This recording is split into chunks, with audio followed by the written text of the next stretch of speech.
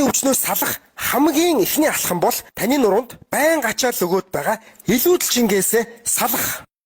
Тэгвэл нурууны суултанд эрсдэлгүйгээр ямар ч тоноо төхөөрөмж юу ч ашиглахгүйгээр зөвхөн өөрийн биеийн жингээ болсон үедээ хаанч хийж болох ердөө шалан дээрх 15 минутанд 200 калори буюу богино хугацаанд маш эрчимтэй хөөх шатах зориулалттай өндөр ачаалт цээж гар хэвлийн хосолсон 10 таслыг танд зааж өгье. Та хадгалж аваад дагаад хийгээд байгаарай. Нэгдүгээр дасгал өдгөө зүүн баруун тохоондоо ээжлэн хүргэн татан сунаах. Хоёрдугаар дасгал хоёр хөлөө урагшин татан сунаах. Гуравдугаар дасгал хоёр хөлөө хоёр хөлийн шагаандаа ээжлэн хүргэн сунаах. Дөрөвдүгээр дасгал хоёр өдгөө хоёр гарын тохоондоо ээжлэн сөлбөн хүргэж сунаах. Тавдугаар дасгал хоёр гараа газар тулран өвдгөө гарынхаа хэмжээнд авцрангуй. Зургаадугаар дасгал хоёр тохоогоороо газар тулран хоёр өвдгөө ээжлэн хүргээд хоёр хөлөө зэрэг татах.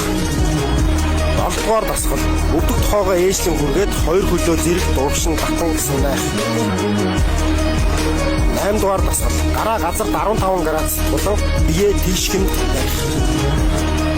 10-дугаар дасгал өвдөх тохоогоо ээжлэн хүргэж хоёр хөлөө урагшин татан сунаагаад хоёр хөл дээрээ дээшгээ өсгөх.